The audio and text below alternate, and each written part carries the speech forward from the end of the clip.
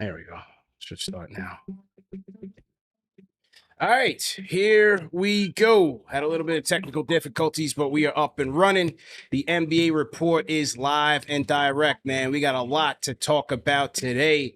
Bradley Beal to the Phoenix Suns, a blockbuster trade that was kicked off on Father's Day.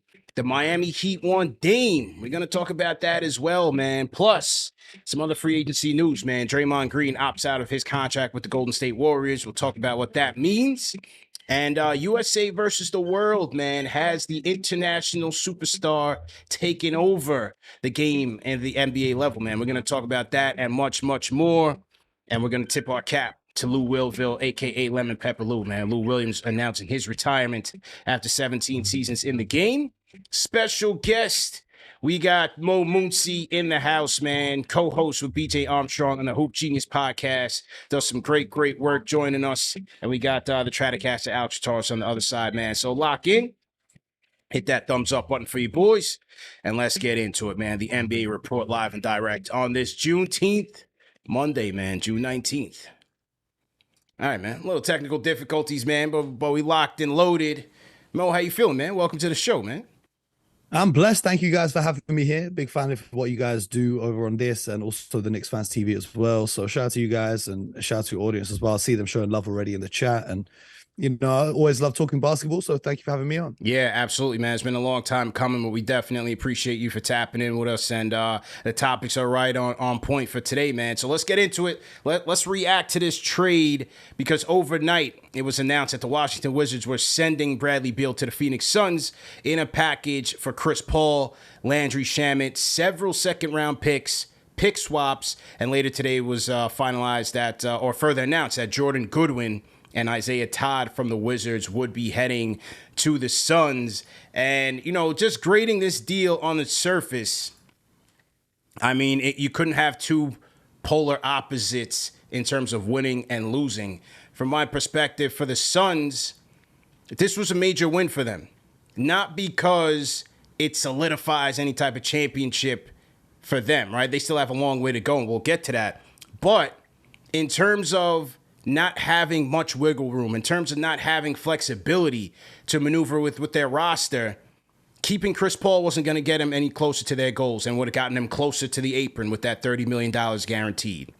Waiving him would have only given them just a sliver of cap space. The waiving and stretch provisions for Chris Paul would have only given them just a little bit more in cap space. So they weren't working with much.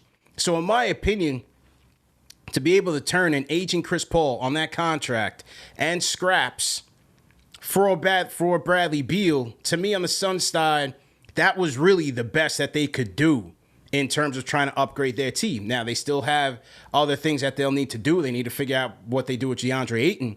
But just on its surface, being able to turn Chris Paul and scraps into Bradley Beal, I get the contract and all of that. To me, for the Suns, was a win. On the Wizards side, I mean, boy, oh boy, the power of the no-trade clause came to bite the Wizards in the ass, man. Talk about mismanagement, a complete terrible job by this Wizards team in trying to even just build a competitive team over the years. They should have traded Bradley Beal years ago when they had the opportunity to.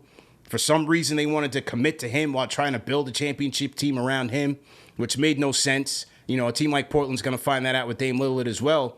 But for the Wizards, you give the guy no trade clause, you give him a supermax, and now you got to take pennies on the dollar to try to figure it out. Yes, this was the best deal in terms of clearing out off the books for them, but boy, oh boy, they got nothing back in return, man. Mo, kick us off, man. How do you grade this deal for both sides? I mean, you're talking about winners and losers, so I want to start off as a fan before I get into my analyst bag. As a fan, this is a huge win for me because I was terrified that Kevin Durant would carry Chris Paul to an NBA championship. But now I can live comfortably, but I'm never going to have to watch CP lifting up the Larry O'Brien. So as a fan who's watched Chris Paul over the years, respectfully, and trying to see him win. But, you know, in terms of analyzing the trade from the Phoenix Suns, you were spot on with what they were saying. You know, this is a massive talent upgrade And, they talk about the depth. The depth was a problem even before this trade happened. That still needs to be addressed. But turning Chris Paul and Landry Shamet into Bradley Beal, sensational. Bradley Beal, he can be a cutter off the ball. He can play without the ball in his hands. Devin Booker's shown that he can play the point guard position, especially when Chris Paul was out injured. He put up great numbers playing as the primary facilitator. So I like the trade for the Phoenix Suns. I love Matt Ishbia coming and buying a team and not worrying about the money. He said, I bought this team, so I'm going to try and win a championship. I'm going all in. I don't care if it's 200 million in luxury tax. I don't care about the new CBA. We'll cross that bridge when we get to it. Right now, I'm putting all my chips into the middle of the table, and we're going to try and win this thing. For the Wizards, I think you know it again. I don't know why you didn't just let Bradley Beal walk as a free agent last summer if you were going to give him a supermax with a no trade clause, because giving him the no trade clause, not only did that allow him to dictate where he got traded to, it allowed him to dictate the players in the deal. I heard whispers that he said to the Wizards, I'm not going to waive my no trade clause if you're trading for DeAndre Ayton. You got to trade for Chris Paul instead, because I'd rather the Suns give up Chris Paul in this deal than Ayton, who we could have as our starting center, or we can trade him on for more pieces. So the Washington Wizards should be embarrassed that they put themselves in this position. And now they're going to the old reliable, trust the process. We're going to turn into OKC. We're going to clear our space. We're going to let people dump bad contracts on us to give us draft picks. And for me, I don't respect it. It's just a way of GMs prolonging their career. I can't build a capable team, so now we're just going to tear it all down and start from scratch. And obviously, they've changed their front office over the offseason, but I don't know what the Washington Wizards are doing. Giving Gilbert Arenas that contract back in the day after his knee injury, the John Wall contract that didn't work out, but the Bradley Beal one might be the worst out of all of them. They were thinking that Bradley Beal, Kuzma, and Porzingis was going to lead them to success this season. I don't know what they were thinking about that. So, looking at this trade, win for the Phoenix Suns, they couldn't have got better for Chris Paul. Like you said, they were thinking about waiving him. So to get an all-star caliber guard in return for Chris Paul and his contract is an absolutely huge dub for the Phoenix Suns. But they've got a lot of questions that they're going to have to figure out moving forwards. I think you guys hit it all on the head with all the points that we looked both at these teams. I'm going to start with the Suns first. So for the Suns, if I had to give it a letter grade, I'm probably giving this deal a C, just because even though you get Bradley Beal, I understand that you're losing Chris Paul, guy who helped you get to the NBA Finals, right? But still, I don't see Bradley Beal as that major upgrade. What did he do out in Washington with that team? Did he show you that he was that capable leader? The best seasons that he's had was either with John Wall or with Russell Westbrook. So for him, I think you're getting a good talent in Bradley Beal. I get it. You get this guy. You're solidified as a playoff team year in and year out. You hope that with the core four that you have between him, Ayton, KD, Booker, you should automatically make the playoffs. The question is, how far can they go? I don't know how far they're going to go. I don't think they're going to win the championship their first year with this roster, just because we've seen historically that doesn't happen. But for what, Mo said earlier, with Ishbia, you go in there and you're saying, if we bring back all these guys, we're going to be teetering on the line to that second apron. Why not just burst right through it and just say, let's be competitive for the years that we have? And while I get that for the immediate, it's the future that I have questions with for the Phoenix Suns. We could talk about that a little bit later, but right now it's a win for them, for the sense that you got talent. I wonder how you're going to build out the depth. They say they're going to bring back a lot of the guys. Like, you're going to talk about who was it? You're going to bring back Lee. You think about bringing back Craig, Dwayne Dedman. Everybody else on that roster that you saw was on that during that playoff run. So it should be a good team. For the Wizards, I actually grade them a little bit higher, even though historically with that deal that you gave Bradley Beal was horrendous. For them now, opportunities just open up. Even though you didn't get the greatest draft haul, you didn't get the greatest talent in return for Bradley Beal because of that no trade clause, you still now have something to look forward to with the new GM running this team. So you think that if you can collect the draft capital, you now have that flexibility of saying it's not Bradley Beal anymore. For a GM, he's like, my job is somewhat safe because we're legitimately starting at ground zero. And so for that, I give it like a B minus. And for the Wizards, a C for the Suns, just because I don't see the future of what the Suns are going to do right now.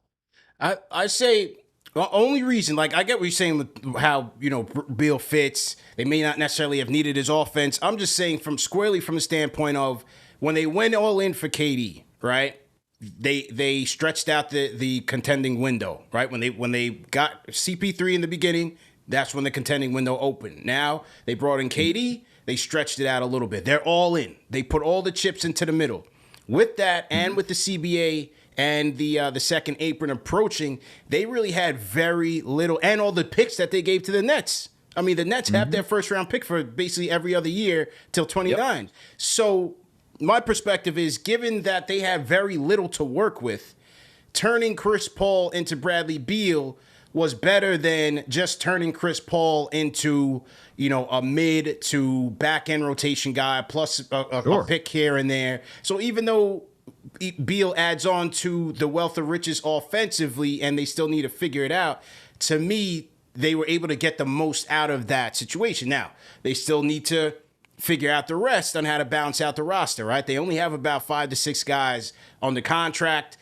You have to figure that, they pair Ayton off to maybe increase their depth. Maybe they can get 2 or 3 spots, and then we can figure it out from there. But squarely on what they got for Paul, I thought that was a win for them. I'm surprised that. Well, let me ask you this. I'll ask you this, Mo. Are you surprised that that Miami didn't have a chance in this? Because all we heard was that they were the front runners. We heard that Beal liked Miami. Him and Butler are cool. We always hear about the legend of Riley, and he throws the rings on the table, and everybody just comes. But he ended up, he opted to choose Phoenix, man. You surprised he didn't give Miami a chance? Everyone criticizes Kevin Durant for always having super teams around him. But I feel like at some point you have to credit him for his ability to recruit star players to play alongside him. This is the man who had Steph Curry willing to take a backseat just to get him to join the team. This is a man who had Kyrie Irving willing to leave Boston and, all the promises he made to that city to go and join up in Brooklyn and then recruit James Harden over there. This is a man who forced his way to Phoenix, and now he's recruited Bradley Beal to come and join him there. So credit to Kevin Durant for adding yet another all-star Infinity Stone to his gauntlet of teammates over the years. With Miami, I think if you look at it from the way that Miami played, I know Tyler Herro was out for this postseason run, but their style of play was different without Tyler Herro, in a sense of without the guard that's coming in and creating offense for himself. They're playing a very different style now. So you've got Jimmy as your primary piece, and then you've got the Gabe Vincents, the Max Strusel filling their roles. I don't know if you're Bradley Beal, how you would see yourself fitting in terms of, could the Heat be as successful? Would they be making the NBA Finals again? Not saying that he's a downgrade in talent, but it's about how talent fits into different styles of play. And then teaming up with Devin Booker and Kevin Durant, that's an attractive proposition. So I'm not too surprised that Miami lost out in this. I thought it was a toss-up. It could go either way. So I'm not too surprised on that, but I do know that Miami are focusing all of their attention on Damian Lillard right now, which I'm sure we'll talk about later on. Absolutely, we will, man. So to everybody in the chat, once again, hit that thumbs up button for you boys. Al, how about you, man? Were you surprised? According to the articles, Phoenix was it for him, man. They crossed off Miami. His wife's family's from LA. It was said that KD recruited him. What'd you think about that? I was a little shocked. Not totally like it makes sense, just because when you look at the assets that Miami has, I feel like you had to make a decision between either Bradley Beal or Damian Lillard, because with Bradley Beal, even though we heard the discussions of like Kyle Lowry, who else was it? Like Duncan Robinson and everybody else in there. Yeah, but you still had to give up some draft capital, and Miami's a little low on draft capital, and you need that too if you want to go for someone like Damian Lillard, who no trade clause, can go anywhere that he wants to go, right? And the team could truly ship him out to, like, whether it be Boston, Philly. So for Miami, I can see why they tried probably to do as little as possible. But when you look at how Kevin Durant recruited Bradley Beal, you think about Beal playing with KD over Butler, that makes more sense. So at the end, you get to play with a great and Kevin Durant. On top of that, you have a young guy, Devin Booker, top 20 player in the league. And you just look at the rest of that roster, and you're like, even if it's just very top heavy right now, even if DeAndre Ayton stays for this season, right? That core four right there, that's pretty dynamic to be playing with. Yeah. Whether when you go look at Miami, it's like, is Tyler Hero going to be healthy? You're losing, if you do trade Kyle Lowry, you're losing that veteran point guard off the bench. How much more does Kevin Love have? You got to think about re-signing Gabe Vincent, Max Strus. Are those guys even going to be there? The key components to why the Miami Heat made that deep season run. So if you're looking at that for Bradley Beal, it's like, I think I'd rather go play with the top guys over in Phoenix rather than Miami. I think also if you're Bradley Beal and you're looking at the Phoenix Suns, you're like, okay, this new owner's come in, and within his first week on the job, he's traded for Kevin Durant. Now he's trying to get me. He's actively willing himself to try and win. The Miami Heat, I know that they made it to the NBA Finals, but let's think about how we were talking about the Miami Heat before the playoffs began, right? First of all, they lost the first playing game. They barely made it to the playoffs. They did absolutely nothing at the trade deadline. It's not like they were actively making moves to improve that roster. So credit to them for making it to the NBA Finals.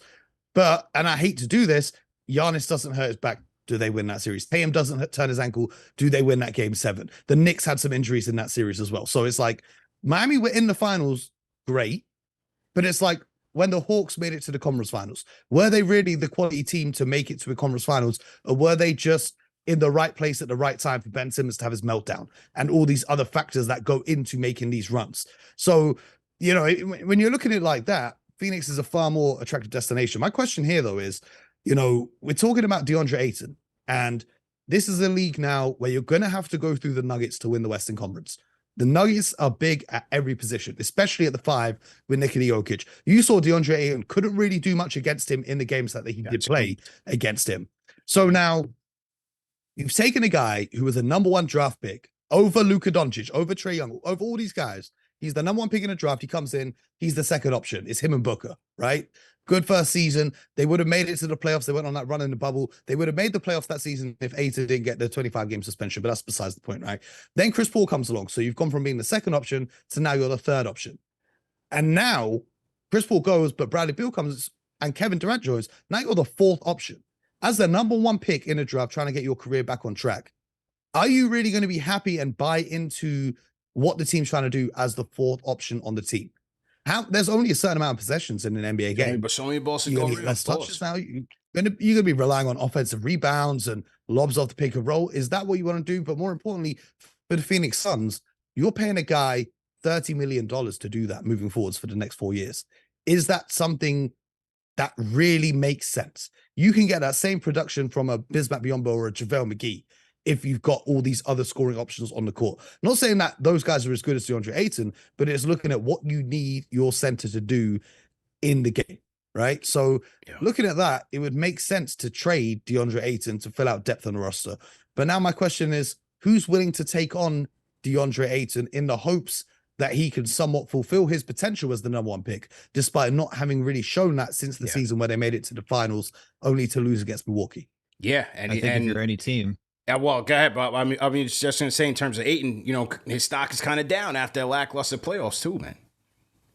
I feel like his stock has been just dropping every single season, in all honesty. Like, his stock was at its highest was when they were in the NBA Finals. Previous season, it was pretty shaky. This season was pretty shaky, even outside of the playoffs. And that's just kind of the player that he is. And if there's going to be any team, in my opinion, that wants DeAndre Ayton, it's probably the Dallas Mavericks. He needs a center position out there. So if you're trying to keep Luka happy, why not go get the former number 1 overall pick, DeAndre Ayton? He's getting paid. I know that, but I know you got Powell there. If you're trying to entice Kyrie to stay, maybe you create that as a big 3 and say, hey, this is the talent that we got moving forward. We don't really have a lot of depth, but if you're DeAndre Ayton and you want to show that you can help carry a team, that would be the team to do it. Yeah, I mean, there are talks that there were talks before they even got Bradley Beal that Ayton to the Mavs was one of the things that they were trying to work out, maybe in exchange for the number 10 pick. Maybe Phoenix gets that, flips number 10 to one of these teams in the draft that have multiple picks. The Pacers have 3 picks in the draft. Do they try to package that up, you know, move back into the draft and get some depth? Because they're going to need defense. They're going to need a defensive anchor at the 5. You know, Ayton does not provide that. They don't necessarily need his offense. They're going to need defense, and they're going to need wing depth. And according to the draft analysts and the scouts this year, this is one of the best drafts to go get a 3-and-D wing. Do they try to get some depth in the draft and maybe get a 3 or 4 year starter, somebody that you can go in, plug and play, no projects, but guys that can come in and fill a role right away? You know, the next Christian Browns or of the world, or maybe somebody a little bit better. I think they're going to need something like that to fill out the back end of the rotation.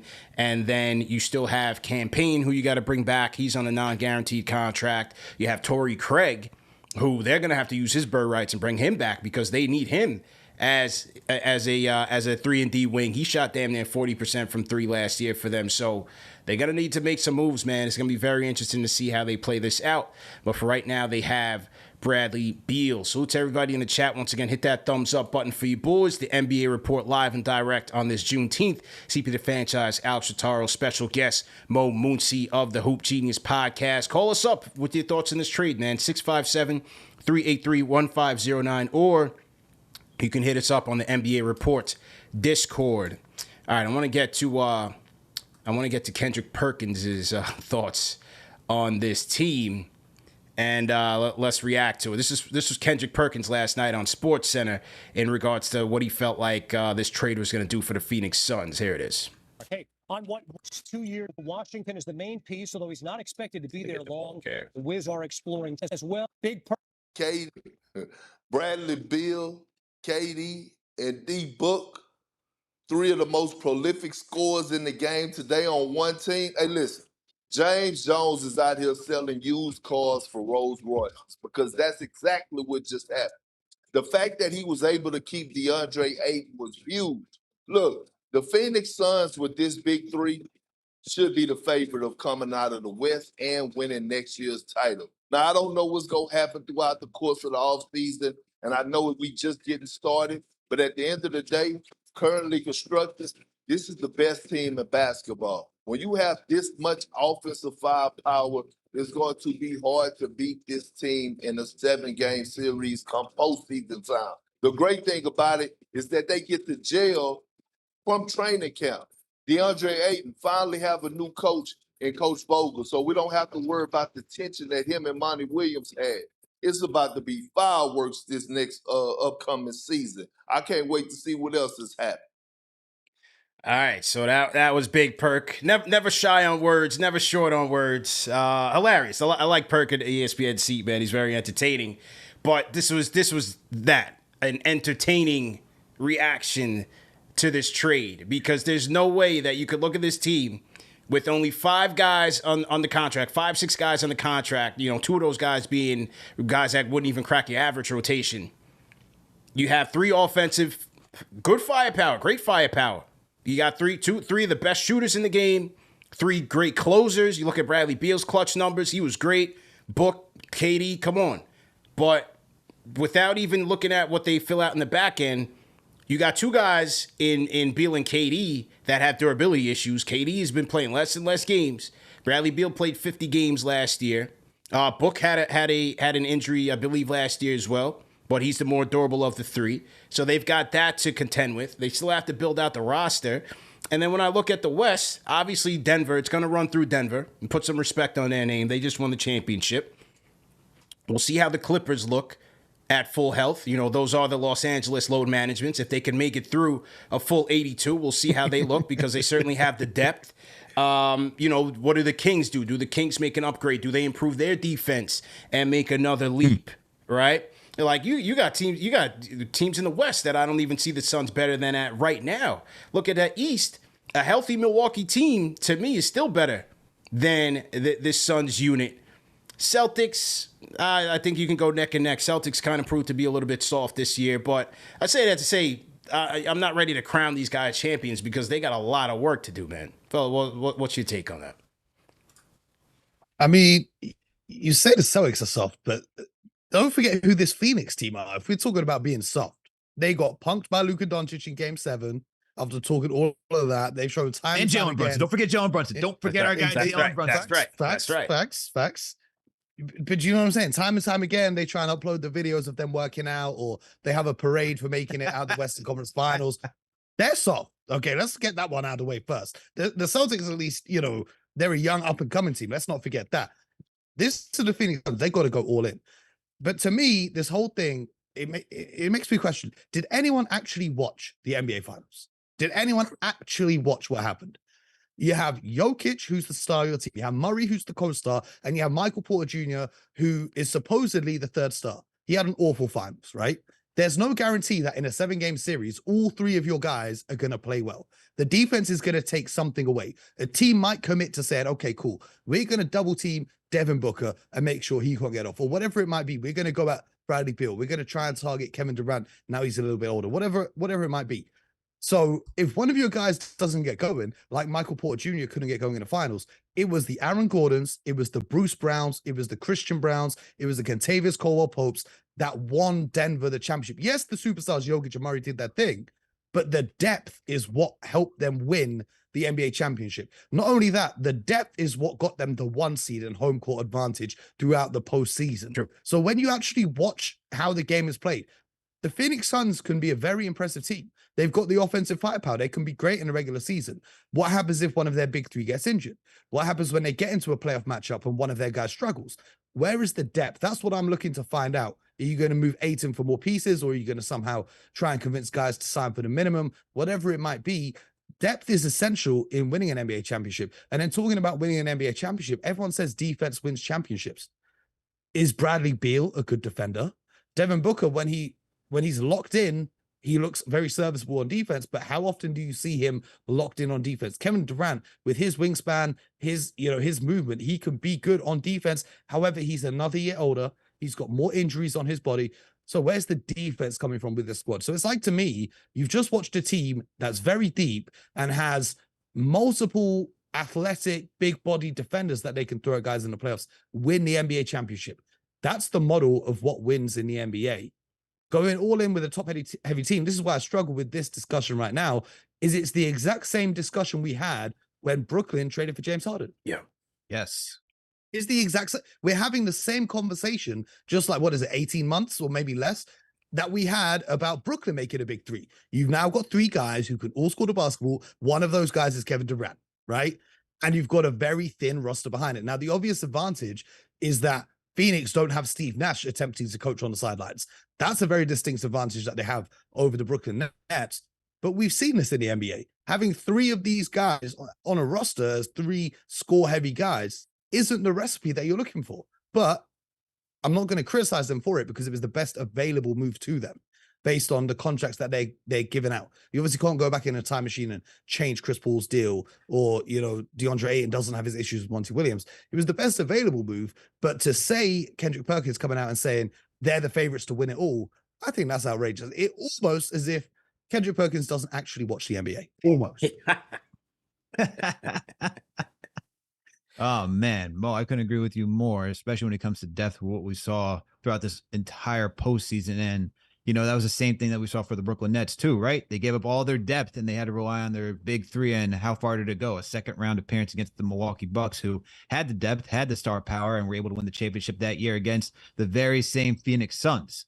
But the thing that I look at also, just historically, the old adage, history repeats itself. Not many teams constructed in the first year have success winning a championship. Yes, we can look at the Los Angeles Lakers when they got Anthony Davis that one year and they went into the bubble and they won the entire thing that year with LeBron James. But you also have LeBron James. You also have Anthony Davis, 2 of the top 10 guys that year, that season. They don't have, in my opinion, 2 of the top 10 guys on this Phoenix Suns. Like I said, Booker, top 20 guy in this league, right? You have Bradley Beal, probably a top 40 guy in this league. Kevin Durant is your only top 10 guy on this roster. But I'm also looking at where's the defense coming from. I don't see where that's going to come from. All these guys could be serviceable defenders when they're all locked in, but that's not what you want from them on a day-to-day, on a night-to-night basis. These are your offensive guys. That's what they do. Now, when you go back historically, like I said, and look at teams that are constructed in their first year, I think about Boston when they made the trade and got KG and Paul Pierce. They didn't, not Paul Pierce, and Ray Allen. They didn't win their first year when they all were together. I look at the Miami Heat, right? When you got LeBron James and Dwayne Wade. That team is more talented than what we're talking about right now, even with Chris Bosh. They didn't win their first year. They lost to the Dallas Mavericks. We talk about the first year with LeBron James. We went back to the Cavs. Yeah, that team dealt with some injuries. You lose Kevin Love, you lose Kyrie Irving, but they did not win their first year. You look at the Brooklyn Nets. The first year they were constructed with Kyrie and KD. They did not win. Even when KD returned, they still didn't win. When you get James Harden, they did not win. We can look at the Phoenix Suns, right? As soon as you got Chris Paul on that team, yeah, they went to the NBA Finals, but they didn't win. Most often than not, teams that are constructed have a playoff appearance, like we've seen with the Clippers, like we've seen with the Rockets, whether it's when the Rockets have gotten CP3, whether they got Russell Westbrook, Clippers getting Paul George and Kawhi Leonard. This team's going to be a playoff team, no doubt about it. To say that they're going to win the championship, that takes time, takes chemistry. That's the other thing I think we're forgetting that we just saw with the Denver Nuggets and what we saw with the Milwaukee Bucks is that it takes time for these guys to gel together, understand each other's tendencies, and to actually have a full-out plan. When the Miami Heat won their first title with that big three, they had just finished their first season together. There was a second year, they all played together, so they understand each other's tendencies. They understand the roles that they had to play and who had to give up what. It's going to be hard for what we have is now 4 guys. I know we keep talking about a big three, but Ayton has to now, if he stays on this team, has to understand how to be a 4th option after being a 3rd and once was a 2nd. Devin Booker, where does he fall on that chain? Is he the number 2 option? Is he going to be a number 3 option? Is he going to change on a night-to-night basis? Bradley Beal, who was that guy on the Wizards, right? Now you're telling him to be that same thing with Devin Booker, either 2 or 3.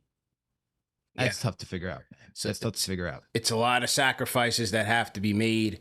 I thought to Mo's point, the finals have shown you need the depth. You need positional versatility, which is what Denver had. You need size. I think size wins. Miami showed, yes, with the small lineups with Bam, they could be competitive. But once they got to the big stage, they got overpowered. They got outmatched.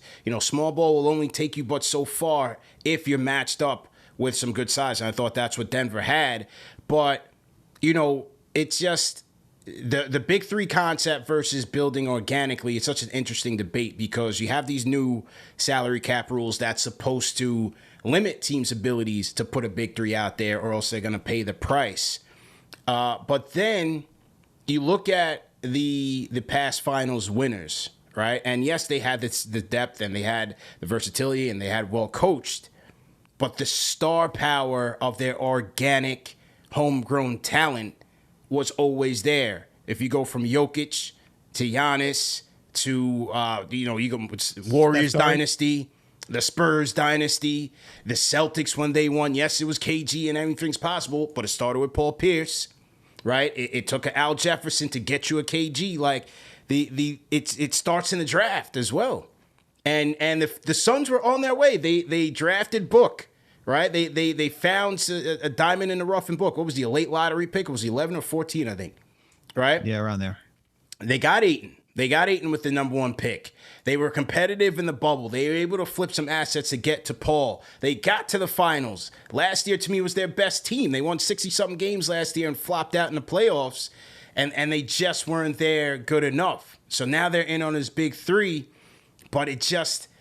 if you don't have LeBron, as it seems like, you're not going to have that instant success.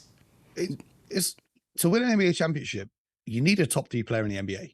Like that season that you win, Jokic, clearly top 3 player in the NBA. Yeah. Last season, whatever in the regular season, but in the playoffs, Stephen Curry was clearly a top 3 player. Giannis, clearly a top 3 player. Every year LeBron won it, top 3 player. It's very rare, unless you're the Phoenix Suns or the Detroit Pistons, to win championships without a top 3 player. Kevin Durant turns 35 before this season begins. Yeah. Can he be a top 3 player in the NBA? I don't know. You got Jokic, he's not going anywhere. Giannis is going to be more motivated than ever. Embiid's got to figure something out because he can't afford to go out in the playoffs like he did go outside again. Yeah. And then you've got all the other players coming through. And in a 7-game series, are you really going to take anyone over LeBron James, even though 39 and he seems to defy time?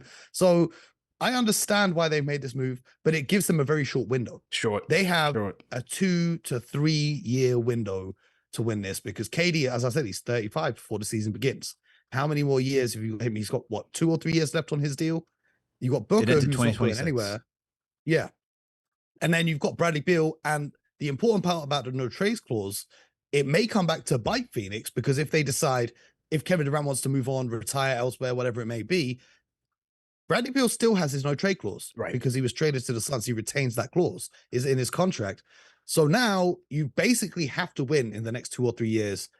And then you're going to have to start over or try and somehow get pieces around Devin Booker once again. So the pressure is on them. And I think they're going to be a good team. You know, there's no doubt they're going to be a playoff team. I think they can fire in the Western Conference, but I don't think they have the depth necessary to be an NBA championship. I've seen someone in the chat asking, why does depth matter? Because it's only 8 guys in a playoff rotation. Yeah. Well, different players are suited to different matchups, right? You saw in the Miami Heat's run to the finals, Duncan Robinson barely played the last 2 years. He comes in and they found matchups that work for him, make him able to contribute. Yeah. If they only had 8 serviceable players on their roster and no depth, then they wouldn't be able to find guys like that. If someone goes out injured, you need guys to be able to step up and fill in. So that's the question regarding depth, and that's why you need more than just 8 guys to win a championship. Yeah, you might end up in the finals only playing that 7-8 man rotation, but to get to the finals throughout an 82 game season and then through the whole playoffs, you need 10 guys that can go out there and produce.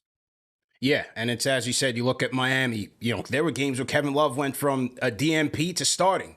Yeah, Highsmith, Caleb Martin coming in hero spot. You look at Denver. Every game there was a different role player that emerged. It was Bruce Brown. It was Aaron Gordon. It was Christian Brown. It was Jeff Green at the end of Game 4 that went in, and he played small when they lost Jokic in the fourth quarter. So different guys need to step in, and having that depth and versatility is going to help. It's also going to help you get through the regular season. As you said, that Denver team, whereas Miami said, well, we're going to coast until the All-Star break, that Denver team said, well, we're going to play for the whole thing and go through our peaks and valleys, but the depth was what certainly carried them through. So, again, going to be interesting to see what happens, man. Salute to everybody in the chat. Hit that thumbs up button for you boys. The NBA report live and direct, man. CP the Fanchise, Alex Trataros, Mo Mooncey in the building. Call us up, man, 657-383-1509. Or you could check us out on the NBA report Discord. We have the link in the chat and also right down here on your screen. Now, speaking of the Miami Heat, they were hot after Bradley Beal, and now that he's not there, where does that leave them? Well, according to Yahoo Sports' Chris Haynes, he says the Miami focus is Portland superstar Damian Lillard, with a genuine belief this could be the offseason that the veteran guard seeks a change of scenery. League sources tell NBA on TNT and Bleacher Report. So Chris Haynes is putting Lincoln Dame to the Heat. They're saying that Jimmy Butler is recruiting him. There's reports out there that Dame wants to stay with Portland. He's still playing the loyalty card. But it's just, me and Al talked about this on previous shows. You can only play the loyalty thing but for so long. Last year, even though he's preaching the loyalty thing, he was also sprinkling out there, I want to win. I can only do this but for so long. I don't know how much longer I'm going to play. It's time for Dame to leave, man. They're not going anywhere. Even if they turn the number 3 pick in Simons into, you want to go get Ingram, you want to go get Zion, you want to go get Zach LaVine, they're not going to be able to compete. They need a lot of things over there in Portland, man. It's not just going to be they're not just one player away from contending and toppling the Denver Nuggets. I think it's time for him to go. I think Miami's the best bet. Jimmy needs help. He can only take that team up for so far. I loved how Bam played in this playoffs. I loved how he played even in the finals, even though Jokic was dominant. Bam just being out there, showing his versatility, showing his passing ability, his defense. He was great, but they need that next guy. A 3-level scorer, a guy like Dame that can get downhill. To me, you get him in there, depending on who you lose now. I think that's the perfect fit for the Heat to maintain their status and really be a legit contender next year, and not just a team that got hot at the right time. I think they need Dame to take them over the top. The loyalty thing is funny to me. Now, I'm not saying this is about Dame. We were just talking about Bradley Beal. Bradley Beal was there saying, I'm loyal. I love Washington. I want to be like Dirk was with Dallas. I want to be here my whole career. The loyalty thing, AKA the team that drafts you can pay you more money on every contract than any other team in the NBA. That's the loyalty thing for me. Is Bradley Beal really loyal to Washington if he's going to then force his way out once he's collected his Supermax? So credit to Dame for sticking with the bit all the way through. But saying he wants to win in Portland, you're right. It's not going to happen. We already talked about having a top player in the NBA. And respectfully to Dame, he's not a top 3 player in the NBA. Also, defensively, there's a lot of questions there. So Miami, when I look at their roster, what I think they need the most is they need a 5. because I think Bam Adebayo is best suited to the 4 position. If they had a 5-man and let Bam play the 4, they would have a much better chance of competing against a team like the 100%. Denver Nuggets, right? A player that I would want, I don't know how they would manage it with the salary cap, but I'd want Brook Lopez in Miami at the 5 with Bam Adebayo at the 4. You're going to make yourself a bigger team. The small ball stuff, the Warriors convinced the entire league that small ball is the way to play. Okay, but you don't have Steph Curry. You don't have you don't Thompson. have Steph. The Miami Heat, they were doing the small ball with LeBron at the 4, but everyone else, you don't have LeBron James to play your power forward. How is it going to work for everyone else? So, for me, the Heat need to address their center position, because you saw when Cody Zeller came in the game, that was horrific scenes in the NBA Finals, and then after him, you've got Jovic and Yurtseven, who I got a lot of love for those guys, but they're not contributing. So they've got to get a 5. In terms of Dame coming in, obviously he's going to stretch out the floor a little bit with his ability to shoot from so far out. Jimmy Butler's going to then have more space to operate and whatnot. But does Dame Lillard going to the Miami Heat in exchange for a hero or whatever it might be turn them into championship contenders? I don't know. I don't know about that. This Miami Heat run that they went on in the playoffs this year, I'd be shocked if they could replicate it again next year. Right. I would really struggle to see them doing that once again. If everyone else in the East stays healthy, you got to think about other teams. Like the Cavs are going to be better next year. Mobley is going to be much better. He's got the potential to be a very good player in this league. Your Knicks, they've got the potential to be better next year. So I don't know how I like that. But the other thing with Dame Lillard, you got to listen to Chris Hayes, who's obviously very close with Dame. And what he's saying in that report, if you read between the lines, is Dame wants to go to Miami. But Dame, unlike Bradley Beal, doesn't have the no trade clause. So unless the Portland front office want to do him a favor and send him to Miami, I think they can get better offers elsewhere. Brooklyn have got a whole load of draft picks that they could give to Portland. If Brooklyn wanted to put a package together and get him over there to play with Bridges and those guys that they've got over there on the Nets, there are other teams that I believe could put together better packages for Dame Lillard. I get he wants to go to Miami. He just doesn't want to come out and say it because that's not his brand. His brand is, I'm loyal to Portland. I want to win a championship here. That's cool. That's whatever. But I think that Portland, if they're going to be true to themselves as a franchise, can get better deals elsewhere. If they want to be, thanks for your service, Dame, we'll send you to Miami where you want to play, then you can see him ending up there.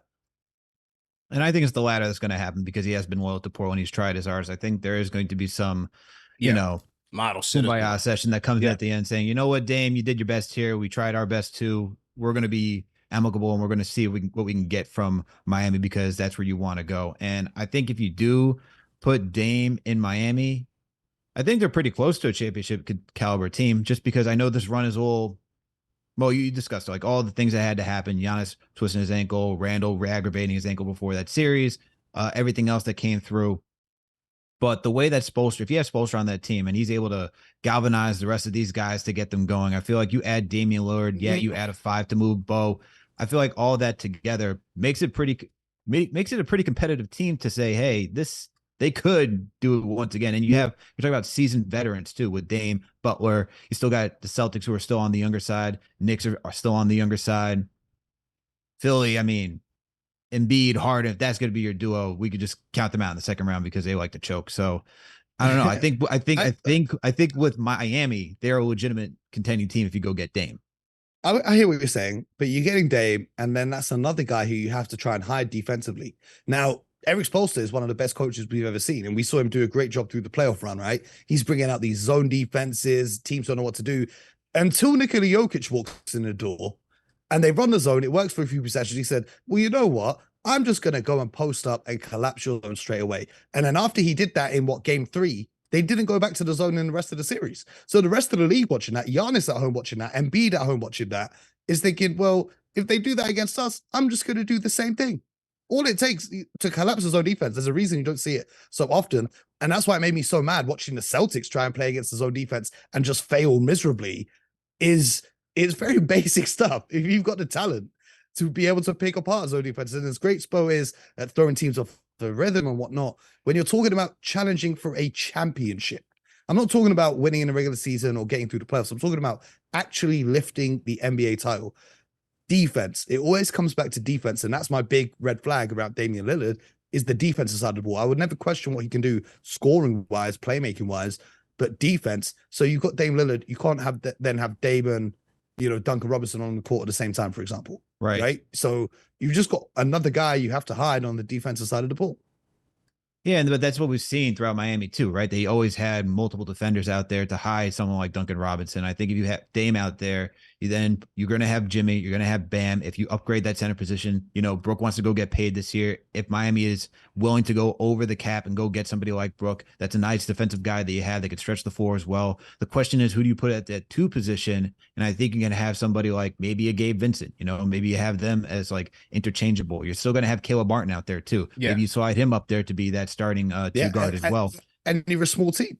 You're a small team now. You're going to get killed on the boards. And we saw, even though Michael Porter Jr. played bad, he killed them on the rebounds. So it's like, I understand having Dame would be an upgrade to this roster. I'm not saying it wouldn't improve them. I'm just like, if you're going up against, if Milwaukee keep holding Brook Lopez, you're going up against Milwaukee.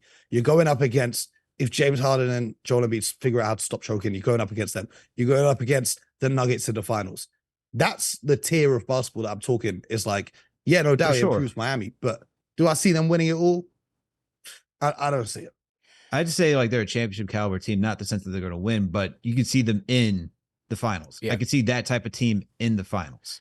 Yeah, but because all it takes is for like Dame to go off, right? We've seen those type of playoff runs where he can just go off. We could see these type of hot shooting night performances. Look, the Miami Heat just did it with a bunch of role players where we're watching Caleb Martin, Gabe Vincent. These guys are averaging 20 on a night-to-night basis. And I think if you got someone like Dame Lillard who can easily do that in his sleep, you easily can go all the way through in one playoff series. So someone like the Milwaukee Bucks, where you have Drew Holiday, sure, maybe Dame doesn't go out there and go get a 50 piece, but he can easily still go get a 30 piece for you, which is still a problem. I see it, but you got to think about it like this. Although the Heat made it to the finals, they were also 3 minutes away from missing the playoffs entirely, right? For sure. Everyone has the jokes like, if DeMar let his daughter come to the game instead of go to school and she made them miss a free throw, they wouldn't even be in the playoffs at all, right? So my thing is this: when you have a player who's a point guard or a scoring guard, whatever you want to call him, who's a liability defensively, like Steph Curry earlier in his career was a bad defender. You had Klay Thompson, who took on the toughest defensive assignments that night, right? Anytime you have a great scoring guard, you have to have a second guard alongside them who is a lockdown defender that can take on the assignments, because you got to think about, in the league, there are so many high-powered guards in the NBA that you're going to need someone to be able to get you some stops, or at least prevent penetration from the perimeter from the other team's ball handlers. It's great having Bam and Brook Lopez back there. What happens on nights when they get into foul trouble? What happens if one of them's not available? If you can't stop any penetration, let's say you're going up against the Knicks, how are you going to stop Jalen Brunson with Dame Lillard trying to guard him? I don't see that happening. Yeah, I hear that. Yeah. But then once again, it goes back to like, well, how do you feel about Caleb Martin in that starting rotation? I need to see a full season of Caleb Martin. He did a great job in the playoffs, but how's he going to feel now if Dame comes there, less touches, less minutes on the ball? You're going to be turned into a spot shooter because your role's going to change drastically. Even if Herro wasn't injured, do we still see Caleb Martin elevating his game in the same way if Tyler Herro's in there getting significant minutes? So it is a lot of these things, they're all situational. We can't just go on the assumption that Caleb Martin we saw in the Eastern Conference Finals is going to be the same Caleb Martin we see for the duration of next season, because so much of it is situational basketball. It's only the top level players that you can rely on to reproduce their performances. When role players have great series, like remember that finals when Gary Neal was cooking for the Spurs, and or like these random guys that just come out of nowhere. You can't ask them to replicate that in different roles, in different places, different situations. That's where I hang out. If Caleb Martin can play like that for a whole season, then amazing for the Miami Heat. But the thing is, if you have Dame to do that, if you have Dame, you don't need him to do that. I think that's the point I was trying to make. Like, yes, you will have defensive holes, and if there's a coach that could cover it and hide it, it would be Spoelstra, with the different zone coverages that they can employ. Now, when you get to the Jokic level, yes, things can be different, but you're not going to be facing that in every level of the playoffs, right? Like, you're still going to have your advantages. And then on the flip side, where, yes, Miami's role players did step up in most of these series, except for the finals, a lot of guys had up and down games. A guy like a Dame, you can count that he's going to elevate his game and be even better than Jimmy Butler, which is what I think they needed. Now, on the back end, I think you're definitely right. I think they definitely need to add more size, somebody that's better than a Kevin Love. A Brook Lopez would be perfect. There's even talks about them trying to get Porzingis and Dame over there in Miami, which to me would be a solid ticket. That would be interesting. Yeah, I think that would be interesting as well, man. The thing with all of this for me is like what I was talking about with DeAndre and becoming the fourth option. There's always the human aspect that people forget about, because at the end of the day, being in NBA is your career, right? Yeah. Now the Miami Heat have got Caleb Martin on a steal of a contract. He's making what, $6 million this season, $7 million next season, and it's a player option. So after this season, he'll be on basically an expiring contract. And if he is really this guy that we saw in the Eastern Conference Finals, if he really is that caliber of player, is he going to be happy taking a back seat and not having a role in the offense that he had before, because Damian Lillard is doing it now? Because everyone assumes that these guys will just buy in because they want a team to win X, Y, Z. You got to remember, these guys got to get paid as well. They're thinking about their next contract. They're thinking about, okay, cool. So if Dame's here now for the next few years, and I'm basically just a spot-up shooter, when I hit free agency, am I just going to get a minimum deal again? Yeah, I want to at least try and get mid-level.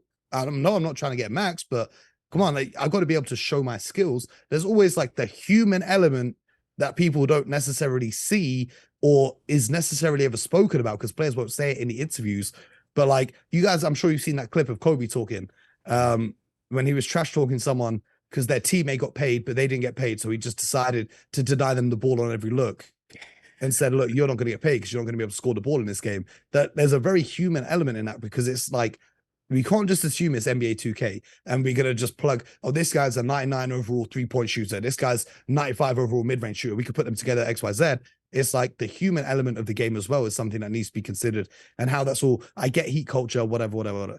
But at the end of the day, it all comes down to the bag. And Dame's got his, but let's say Caleb Martin is this guy who could be the second best player on the team. He's going to want to go and get his too.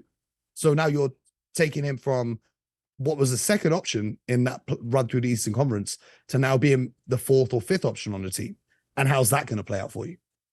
Yeah, absolutely. True story, man. Al, let me get to the phones real quick, man. Stock Chasers, go ahead on the Discord. Stock Chasers, go ahead and I'll mute your mic. What's going on? CP, Alex, Mo, you guys hear me? Yeah, what's good, bro? What up? What's going on? Nah, just finished watching that Julius Randle interview. It was fire. I don't know if you checked it out. Nah, man. We talking NBA, man. This ain't Knicks Fan TV, man. No. That's my first time. So here we go. I want to talk about the Suns, right? And I want to talk about how Kendrick Perkins is bugging. Kendrick Perkins is on something. All right? And I'm going to tell you why. Just another day. So we got Bradley Beal. Bradley Beal hasn't played more than 60 games, man, in the last 4 years, right? And I was looking at his minutes, man. He's averaging about 33 to 35 minutes. Now, I remember watching Phoenix, these playoffs, and KD was out there, literally was the best defender on this team, but he was exhausted, missing a bunch of shots on the offensive end, right? So this is the only option that I see for Phoenix. They're going to have to flip Ayton for a couple of more pieces, because you can't go and expect to win in the playoffs with that team they have. Like, yeah, it's fine. Bradley Beal, Booker, Durant, yeah, they're scorers and all that. But where's the defense coming from? Where's the depth? Like, you literally, this reminds me of when the Lakers were struggling with the team they had before they flipped Westbrook for a bunch of pieces. So the way I'm looking at it, man, if the only option they have is to flip Ayton, and if they don't, then I mean this is gonna end badly. I see this ending badly for this team. I don't see them making no deep playoff run when you got teams that are deep. The Nuggets are coming right back, running it back. Like, I don't see it, man. But maybe I'm just tripping. Unless they can all three stay healthy, which I find incredibly hard, since they're gonna have to be playing 40 minutes a game, and they're actually gonna have to play defense. You know what I'm saying? So those are my 2 cents. Kendrick Perkins is tripping, and I can't wait to see at the end of the season next year. I'm gonna run back that video, and I'm just gonna laugh at him because he's bugging. He's out of his mind. Thank you for having me. Appreciate the call, man. Well, we'll see. You know, I agree with him. I think an Ayton trade should happen. Does it happen this offseason? Does it happen during the trade deadline? Maybe it should. If they do keep all those 4 guys, obviously how Vogel staggers those lineups. When you infuse Payne, you assume Torrey Craig comes back, you infuse him. Can they make it by just staggering lineups and making sure that, you know, one of those 3 guys is out there on the court most of the time? we'll see how it works out, man. But they have a very small room for error, like Stock Chaser said on the Discord, because if one of those guys goes down, it's over with. So see how it goes. I'm just curious what happens for Devin Booker when this is all said and done, right? Because at this point, let's just rewind it back, right? You go on that 8-game winning streak in the bubble. The team then makes that move to go get Chris Paul because they saw what he did out in OKC. You go to the finals that year. And then after that, you had 2 poor playoff performances for them for expectations wise, right? This is a team that was expected to be back in at least the Western Conference Finals, gets a second round exit twice. Now you made this all-in move to go get Bradley Beal, and while it all looks good right now that the new owner is spending all this money and wants to go all in and win a championship team, you got to think about Devin Booker because he is their guy, right? He was drafted by this team. If this team underperforms still and doesn't get out of the second round, and you think if this guy, talks about Kobe, that's the guy who he considers like his, I don't know, like his role model, right? He likes to emulate his game afterwards, right? What's in it for him if he's here for this team and they don't go past the second round? So well, you know what's in it. He calls Leon Rose. He says, charter up the jet, get Worldwide West over here, and get me up out of here. I'm tired of looking at Isaiah every day. KD's getting older. He's not getting a haircut. He's not brushing his hair. Beal can't get injured. I mean, Denver's eating our lunch. You pull Worldwide West. Shots fired at Styles over here. Sheesh. I want to say this as well. Like, everyone has this idea we're going to trade Ayton for pieces. My question is, to who? Because if I'm a GM, or even if when GMs call me and ask, do you think we should trade for DeAndre Ayton? I'll say, hell no. I'm giving DeAndre Ayton $30 million a year. If you're a rebuilding team and you got nothing going for you, if you're the Washington Wizards, maybe that would be attractive. Yeah. But who is the depth that you're going to get? That's what I want to know is like, we'll trade Ayton for depth. Okay. Who? Because I always see fans talking about these hypothetical things, but tell me the actual team that, first of all, would want DeAndre Ayton, and second of all, has the depth of value to match the salary and also contribute to winning in the playoffs. That's what I want to know. Is like, off the top of my head, I can't think of any teams that fit that criteria.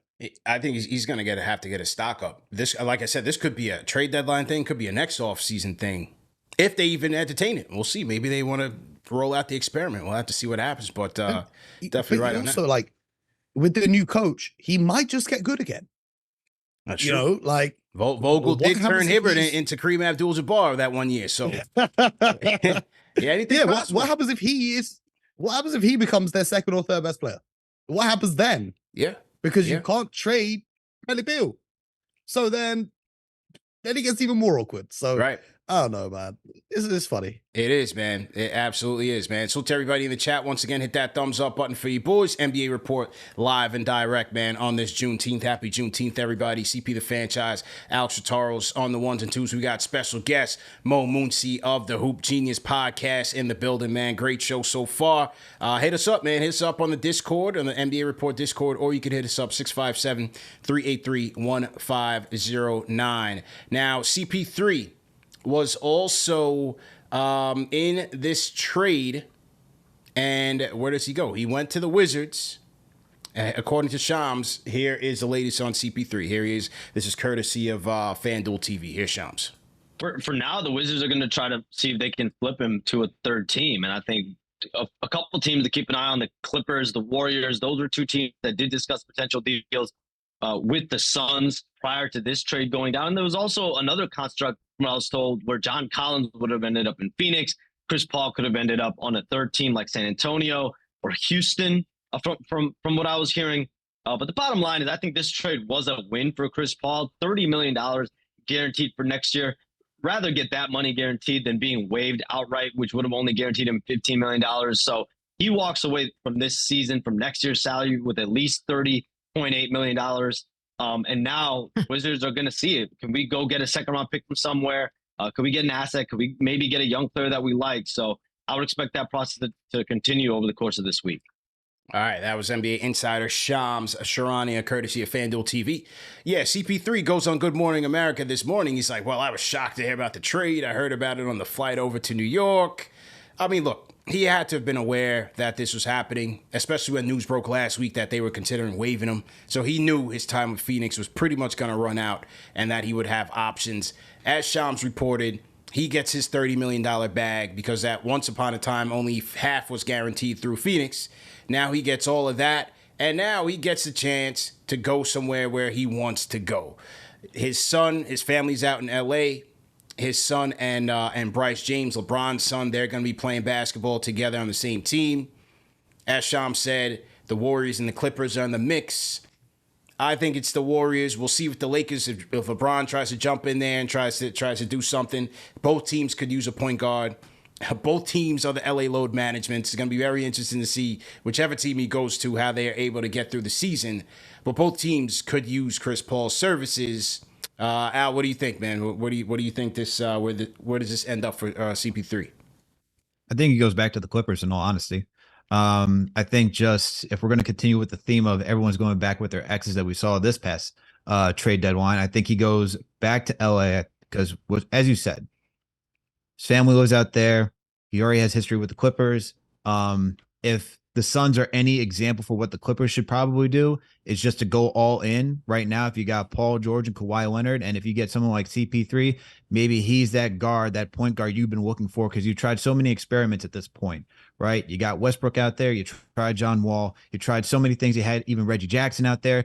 Maybe you're like, you know what? Let's see if Chris Paul can do it for this one season. Let's see. It's the biggest risk possible because you're talking about two guys who can't even stay healthy. Now you got to add a third guy who can't even stay healthy. So I think it's going to be the Clippers. I think they give it one more shot, and I think that's where he goes, man. That's it.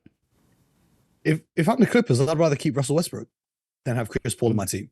I think you do Russell both. Westbrook, for like so I heard that Russell Westbrook won't sign if they get Chris Paul. They don't want to play together. So unless Russell Westbrook is getting more money elsewhere, I don't see why you wouldn't just retain him because as much hate as he gets online, he was actually very good for the Clippers. He was, yeah. Like very good. Like especially in that series against the Phoenix Suns, he was excellent. Yeah. I think cool if he gets bought out of his contract or waived or whatever it is, he will end up on the Lakers. But I don't think this deal is actually confirmed yet. No. There could still be a third team that gets involved in the deal. So he might end up being rerouted via this trade anyway. So right now, I've got no idea on where he'll be. But I think if LeBron makes the call, like he's the only one from the banana boat that didn't get to play with LeBron yet. That's right. That's right. Well, Melo was never on the banana boat. Let's remember that. Melo was never on the boat. Melo was never on the boat, man. He should have been in the bubble with them winning the chip, but he was never on the boat, man. And as a Melo fan rocking the 7 hat, I could never understand that. They went with Jared Dudley instead of Melo for the bubble, man. But we'll see what happens there. I agree with you. I thought Brody on the Clippers was a good fit. They were saying that they would try to get both. They were trying to offer Westbrook, I think, $3 million, a vet minimum. We'll see what happens there. Could he go to Miami now if they don't get CP3? A lot of moving parts, man. But I think overall, the expectation is that it's going to be a pretty crazy NBA offseason, man, with a lot of guys potentially changing teams. A lot of the insiders think this is going to be an interesting next couple of weeks. So we're starting off with the Beal trade. We'll see what happens with CP3 and Dame. We'll see what happens with Dame, man. A lot of draft talk, a lot of draft trade talk around this time. So we'll see where that goes. What do you guys think in the chat, man? Where does CP3 end up? I think the overall consensus is that it'll be somewhere west. That's where his family was when he had the opportunity to leave OKC. He chose Phoenix because he wanted to stay out west. So I have to figure that's the case, right? If him and Bron's son are going to be playing high school ball together, it only makes sense. So we'll see what the future holds for CP3. Okay, moving on to the next joint, man. This was an interesting article that came out and some chatter among the NBA media sphere in terms of a new league order. Is the international superstar taking over the NBA, man? I mean, you look at Nikola Jokic, NBA champion, the last 5 MVPs, Jokic, Embiid, Jokic, Giannis, Those 3 guys comprising of the last 5. The next draft pick, the next generational talent in Victor Wembanyama. All of the hype that came with him arriving here in the game. All of his games being covered on NBA.com for an international prospect. And this was an interesting article that came out on Front Office Sports. And the author, let me give him some credit here, put some respect on his name, Doug Greenberg, kind of went in on this, man. Said from champs to the draft, the international player, the world has taken over the NBA, man. Mo, what do you think about this, man? Has the international player taken over, man? Is it you're based in the UK, man? You're based in London. Yes, sir. Is it over with for us Yankees, man? Is it over with? It's not a question. It's been over because, like you said, the last 5 MVPs. We got to look at 4 of the 5 players on the first team All NBA this season were outside of America, right? Yeah. So unless you guys are including Canada, it got Shai Gilgeous-Alexander. So like Paolo Banchero, half Italian, who got drafted number 1 last year, Victor Wembanyama this year. So for me, it's such a complex discussion, but just the way that players are developed in Europe, for example, rather than America, which is very AAU focused, I think the European way is just so much better. Like, what baffles me, the thing that really, this is how I know people don't actually watch basketball. All the criticism that Luka Doncic was getting before he was drafted, all these guys on TV, the Stephen A's and the Skip Bayless and whoever the hell they are, oh, this kid's going to be a bust. He's unathletic. The kid was the best player in Europe at 18 years old. Victor Wembanyama, as great of a prospect as he is not the best player in Europe. Okay? Luka Doncic was the EuroLeague MVP, right? So I'm not talking potential. I'm talking about there and then at 18 years old. Not like we know Wembanyama has the potential to become one of the greatest players ever. But as it was in Luka's final season, how did they miss so badly? Like, how was he not the clear number 1 pick? Number 1 pick, yeah. How was he like, okay, you don't want to put another scorer next to Devin Booker. Well, look, 4 years later, you got 2 scorers next to Devin Booker. Look how that worked out for you. So it's like, it baffles me the disrespect that players get because they're not American. So that's the first thing that I'm saying on this. I just think when you look at the players coming in, Giannis, for example, let's say Giannis, for example, he simply just outworks everyone. Who's the last time you saw an American player develop on the same career arc of Giannis Antetokounmpo?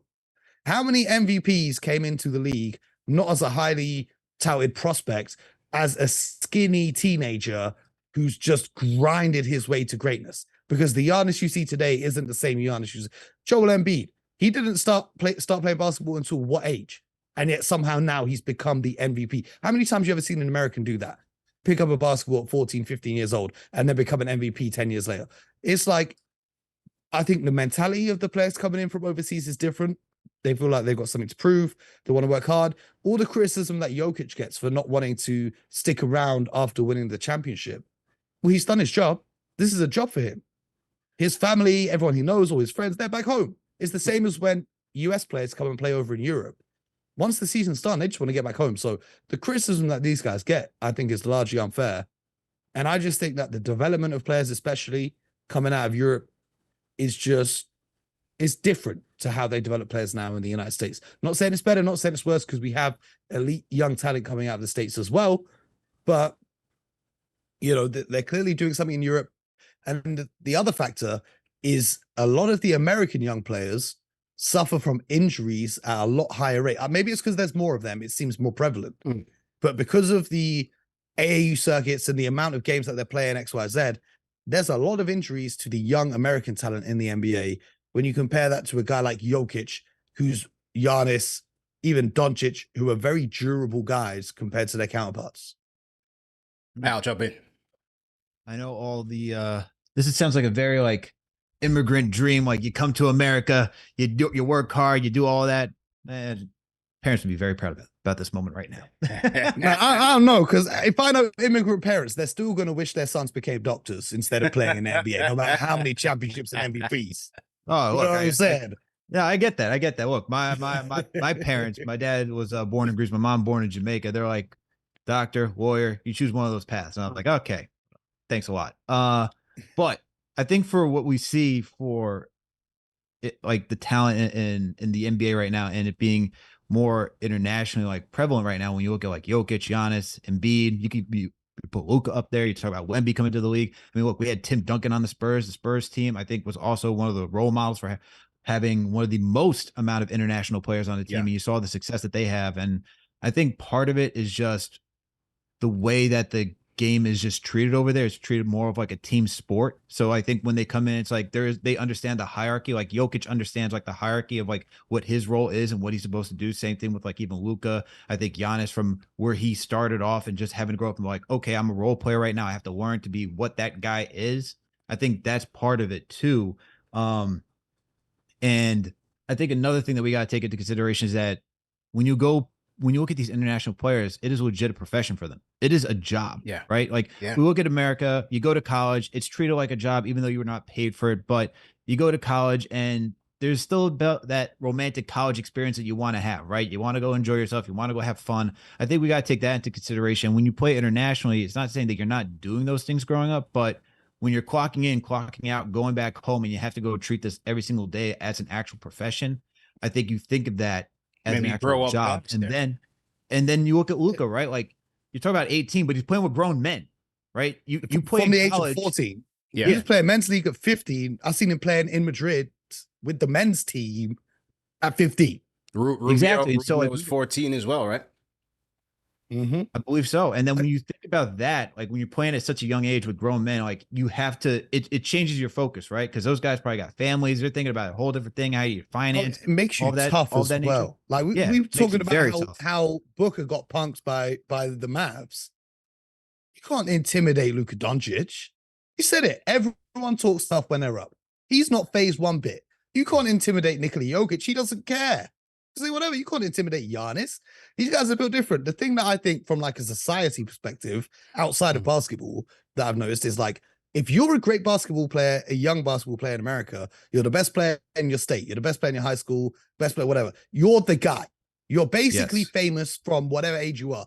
I see guys, I've seen this kid on Instagram, Mikey Williams, right? Mikey Williams.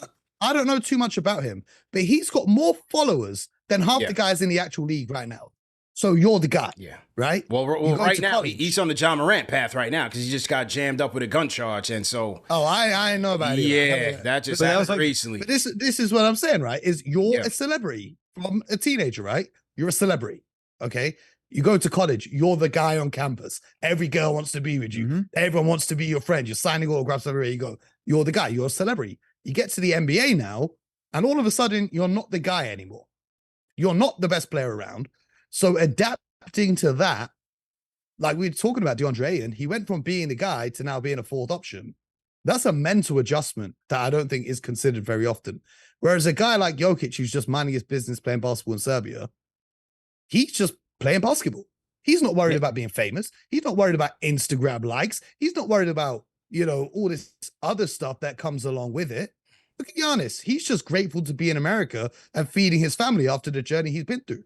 I think the mental approach to the game is very different.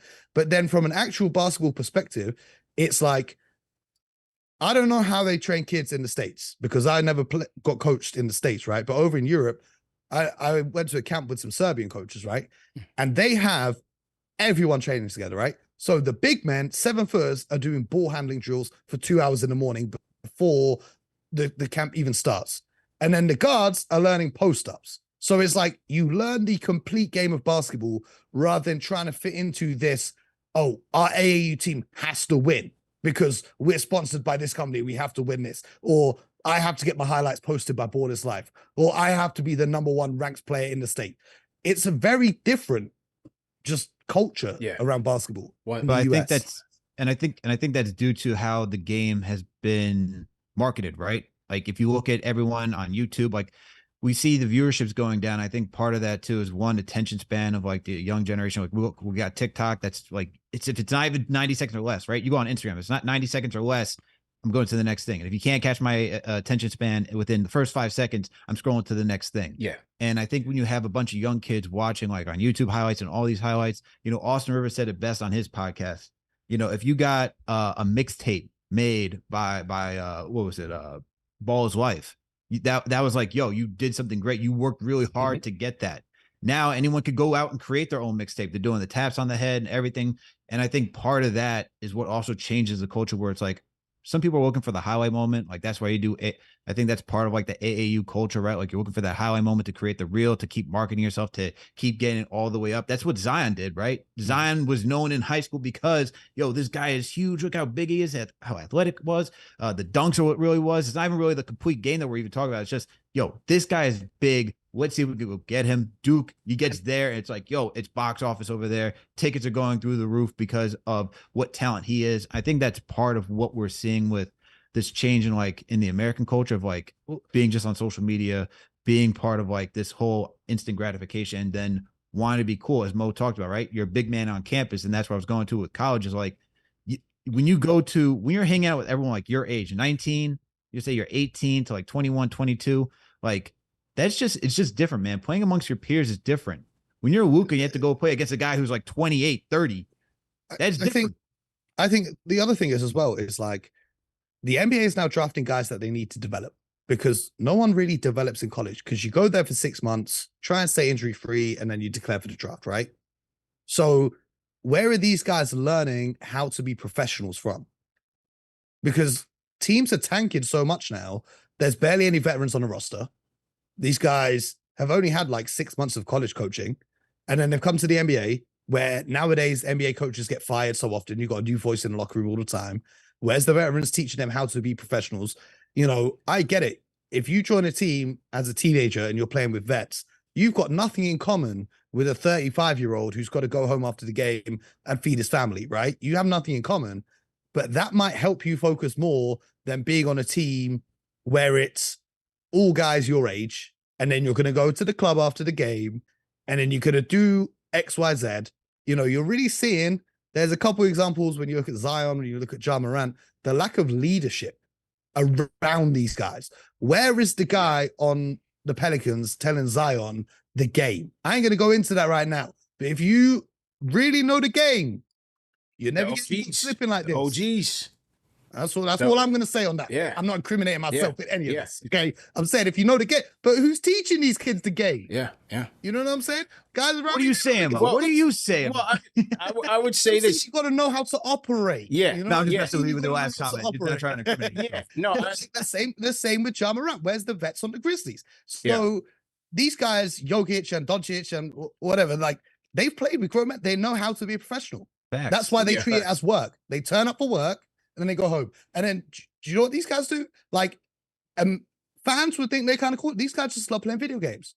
Jokic, Doncic, Boban, and Vucevic, they just play Counter-Strike all day long.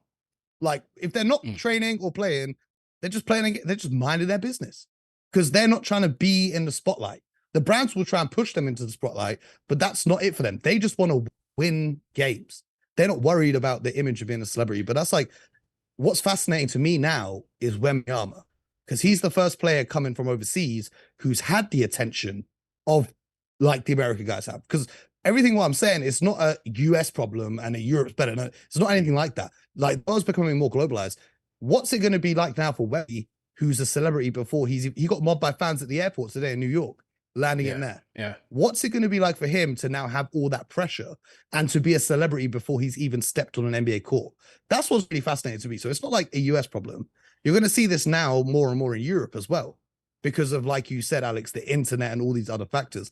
But that's what's going to be really interesting to me, is how Wemby operates when he comes into the league, you know? Let me I'm Absolutely. gonna play, hang on a second. Let me play this this Kendrick Perkins clip. This is Kendrick Perkins on this debate. I'm gonna play this Kendrick Perkins clip real quick. Here it is. Do you believe that that is a lengthy enough suspension? Is that what you expected? Did you expect more? What are your thoughts?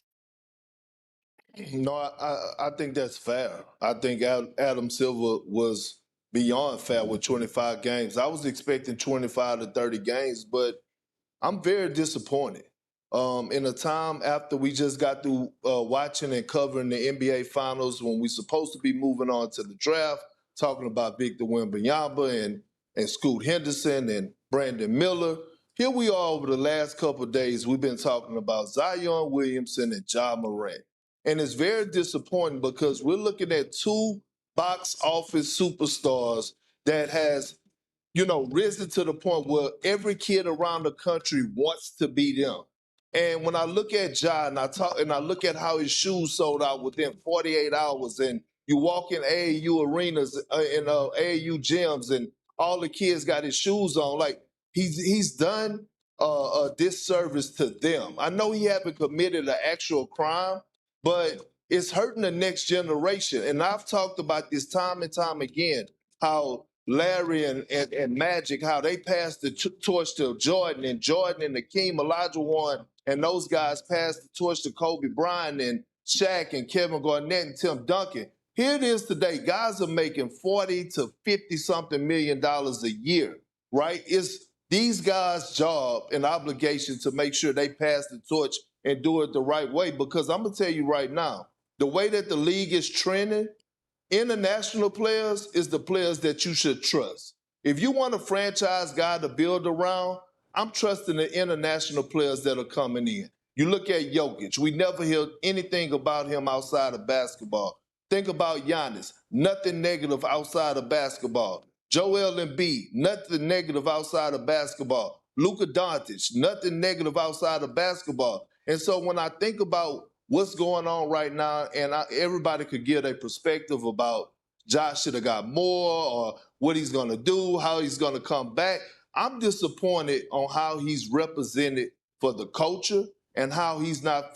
Do you believe? All right, so that was Kendrick Perkins. So I think it's two things, right? I think, Mo, you're absolutely right. Like, it's not, are they taking over? They have, right? When you look at the last few MVPs, you look at Wembanyama, the NBA champions, Luka Doncic and his brilliance. A lot of that is, obviously, you can go all the way back to the Dream Team, right? When you had, for the first time, you had NBA players playing on the Olympic stage and showcasing their talents to the world stage, and the world seeing that and investing in their infrastructure. The NBA investing in a lot of international infrastructure, especially nowadays. You have Basketball Without Borders. Players like Embiid, players like Ayton came out of that program. The NBA expanding into Africa, looking for the next top talents and expanding the league there. So there's certainly been a lot of overtures in terms of broadening the appeal of the league overseas, which to me in turn has enhanced the skill sets and the development of those players. I also think the international game has slowly been adopted here in the NBA. When you look at how they've enhanced the rules to cater to the offense, more pace and space, three-point shooting, positionless basketball, like all of this has been fabrics of the international game, which allows these guys to come in and make an impact a lot quicker. Yes, Giannis was a much more raw talent, but you see where he's at right now. So I think all of that has kind of fed into it. Like the NBA now is really, a lot of the elements of the NBA are part of the international game. When you look at even 7 seconds or less, the D'Antoni game, the D'Antoni ball, how he's been able to maintain a job in this league. Like a lot of that is from the international game. You know what I'm saying? I think it's the other way around though. Because when Luka came out and said it's easier to score in the NBA than it is in Europe, everyone laughed. Laurie Marketing came out and said the same thing, right? In Europe, typically, just to generalize it, you're playing against teams who have two bigs. They're allowed to be around the basket a lot more with the zone defenses and the lack of 3 seconds, whatnot. So in the Europe, when you're attacking at the basket, you've got 2 7-footers. In the NBA, everyone is playing small ball like we've discussed, or you've got one big on the court. And in the NBA, everyone just switches automatically. It's like, how often do you actually see a good screen being set in the NBA and someone actually fighting through it, right? Yeah. As soon as a player, this is the one thing that annoys me. As soon as a player walks up to even look like he's setting a screen, the defense just switches automatically. So there you go, your big man's out of paint. So of course, when Luka comes into the league, he's going to say it's easy to score. Because the rules are making the NBA easy to score, because the NBA as a product needs more points, more highlights, more clips, more fans, more merchandise, more revenue, right? So like, I think the rule book kind of side of things is making it easier for the international players because it's been tougher for them to score than it is. That's why like Luka's numbers in Europe don't translate to his numbers in the NBA, because the NBA is a lot faster paced, a lot more possessions and whatnot. So that's the way I see it in terms of the rule book. of the ability to score the basketball. Yeah. Now, Interesting. I would say from Perk's perspective, you know, with the Zion and the Ja situation, I think a lot of it is culturally. It's just different, right? The international player, like Wemby is changing the game, but but from here, the reason. But hang on, Go ahead, at this point, right? I'm saying before the whole Wemby thing, right? If you look at how the game is covered, you look at overtime, you look at Ball is Life, and all these guys that want to make highlight reels for the AAU players, and once they get on that highlight reel, they've made it. And you look at how the AAU circuit works, and these kids playing multiple games a day, nobody really focusing on fundamentals. A lot of that has been lost. And as you said, Bo, like a lot of these guys don't have time to really develop their game because they're just getting shuffled from game to game, level to level, and then it's on to the NBA. And so a lot of their game is missing. But that's on the court. But I also think culturally, it's just everybody wants that lifestyle, man. It's a lifestyle. The reason I made that face, I think it's like you're absolutely right in what you're saying, but I can't blame these guys. You're a teenager with unlimited money. What else are you gonna do, right? My thing is this. It was never a problem before in the NBA. Why not? Because of the way rosters were constructed. When you talk to any former NBA player, they will always tell you about the vet that took them under their wing as a rookie and throughout the early stage of their career, taught them how to be a professional, took them out to buy some suits and, you know, taught them other stuff like about being a professional in the spotlight. Like, I'm just looking at the rosters of the Pelicans and the Grizzlies because we're talking about Ja and we're talking about Zion. Who are the guys that are mentoring them on their team? That's the fault is with the rosters that are constructed. Everyone's just clearing out the thing, tanking for draft picks. We're going to have all these young guys, see which ones can become stars, and then we'll keep them. But what they're missing is, okay, who's teaching these guys to be professionals? You know, look at that Memphis roster. Steven Adams isn't even from America, and he's their oldest player. He's from New Zealand. Yeah, he's their OG. Who is the guy in Memphis telling Ja Morant, I was a lottery pick too. I know what you've been through. I know what the pressure's like. I know what it's like to get a big contract as a rookie extension. Who's telling him that, though? Who's actually helping him? Because when you're that young, when you're 18, 19, 20, 21, even up to 23, right? You're not fully developed as an adult. You know, I look back at stuff that I did when I was that young, and I'm like, why did I do that? And I'm sure you guys are the same way, right? Who's there in the locker room as their teammate saying, hey, yo, young G, come, I'm going to show you how to handle business correctly. And you can't be doing this. You know, no phones in the crib. If anyone's coming to the crib, we put that in a Ziploc bag and we put that in the safe. You know, like, it's just stuff like that that lead to all these off-court issues that no one's teaching them how to operate because they're just moving the same way that's all you know. You know, well, you just do what you know. And I think, Mo, to your point, like you talk about, you look at the Grizzlies, you look at the Pelicans, you can even throw the Rockets in there and you see all these young guys. And you look, Eric Gordon didn't want to be on the Rockets anymore. He was like, yo, get me out of here, please, for the love of God. And I think when you start giving young guys the responsibility that you are the guy at such a young age, and you know, you can put on the old man hat at this point, but like, I had to earn it the hard way, right? Like, in order for me to get those touches, in order for me to get that playing time, in order for me to be somebody in this league, I had to put in the effort. And you have someone like Ja Morant, and granted, talented as soon as he got in here, rightfully so, should have been the starter as soon as he got to Memphis. Same thing with Zion. Talented, rightfully so, should be a starter as soon as he got there. But when you look at that and you're saying, okay, we're going to make these guys the faces of our franchise, these guys are then elevated to say, I have a lot of power. I make the decision now. I am the superstar. So I want things my way, or I don't want to be here. And I think once you give in like that as a front office, you've now lost all of your power to say, okay, this is how we discipline, this is how we reprimand, this is how we're going to build this team. And now you got to think to the fact of like, how do we keep this guy happy? How do we keep this guy want to be here? And this is where everyone's like, well, the small market team never gets anybody. It's like, well, you could still lose somebody if you just allow them to go down this deep path, like you're seeing for Zion, like you're seeing for Ja. And you know what? Maybe it could even be for someone like a Jalen Green on the Rockets, right? Where you're like, did we really look out for the guy in their best interest? But the thing is, like, they're not supposed to be the parent. They're not supposed to be the role model. You're supposed to have the vet to be that role model. And I think when you're a team that's looking to tank and consistently get all these young guys, and then it's the blind leading the blind, this is where you get situations like this is like, hey, man, I get it. I would be doing the same thing too at 22. Hey, man, I'd be doing like this is where it's like you go to college. And what we just had the conversation about the international players, right? Where it's like Luka's playing with guys who are 28 and 30. It's like, yo, I'm going home. My wife's making me dinner. I got a family to take care of. I got bills to pay. I can't be out here doing nonsense like this because they rely on me. When you're at this age, when you go through college, it's like, it's cool. It's fun. I'm constantly in the limelight. Everyone wants to hang out with me. Everywhere I go, someone wants to take a photo with me. You know, you got bars that are letting me in, even though I'm underage for whatever, just because who I am. And I feel like once you're in that mindset, and if you're a team that just enables that mindset, then you create this position where it's like, now what do the Pelicans do? Now they're looking to move off of Zion because it's just been, he doesn't want to be here. He's now has so much power than us. Like, now we have to figure out how we're going to rebuild this team. Whether if you had someone like, maybe it's like Jordan, right? You look at Jordan, how he was on the Bulls, and we watched the Last Dance documentary and how he had to earn it, how he had to come up. And it's like the coach is like, oh, this guy's a really good player. We should utilize him. And even though he still had to go through all of his lumps, right, to figure it out, like maybe it's a situation like that we need to see kind of go back. And you look at RJ and like the situation. But also like Jordan, like, how many years did Jordan spend in college?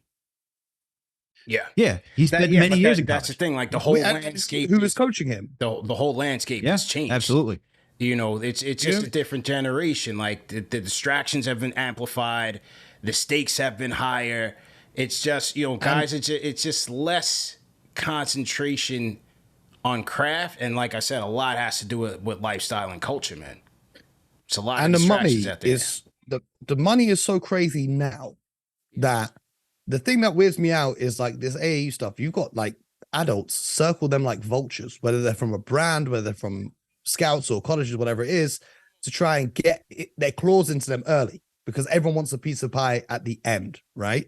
So it's like the people who are around you now as a young player, you say you sign a max rookie extension, right? You got $200 million coming in. Okay, cool. Are your friends really going to tell you what you need to hear, or are they going to tell you whatever it takes for you to keep them around? Like Ja Morant is the perfect example of this. We could blame Ja Morant, but if your friends were really your friends, would they let you put yourself in that situation ever? If you were truly his friend, if you felt like you need to be rolling around in possession of whatever you're in possession of, if you were really his friend, you'd say, hey, listen, let me hold that for you. I'm in the car with you, but I'm going to hold that. If we get pulled over, whatever, I got it. Surely that's what you do as a good friend. Or are you surrounded by people who just want a piece of the spotlight and a piece of the limelight and saying, yeah, do your thing. Do your thing. You know what? Yeah, let's go to the club after this. And yeah. I'll take a picture for you. That's what it is. Yeah, that's what it is for me. I mean, man was driving, going IG live. Like we're not even having that conversation. Where it's like he is driving and like using his phone at the same time. We're not even having that conversation, which is like another. What are we doing here? Who do you guys think? Because LeBron's on his way out, right? A couple more years, LeBron is out of here, and I hope people have been able to appreciate what he's given to the game. Because after that, I'm not sure who do they brand the game after. I don't think RJ Barrett, baby. They're not gonna make Yo. You know who I like? Be the face of the talking about Americans, though. Yeah. Who do you think? Who do you think?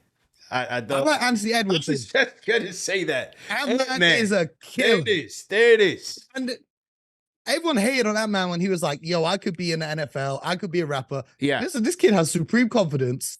He delivers on both ends of the basketball court. If he stays out of trouble, that's the guy. I mean, you got Tatum.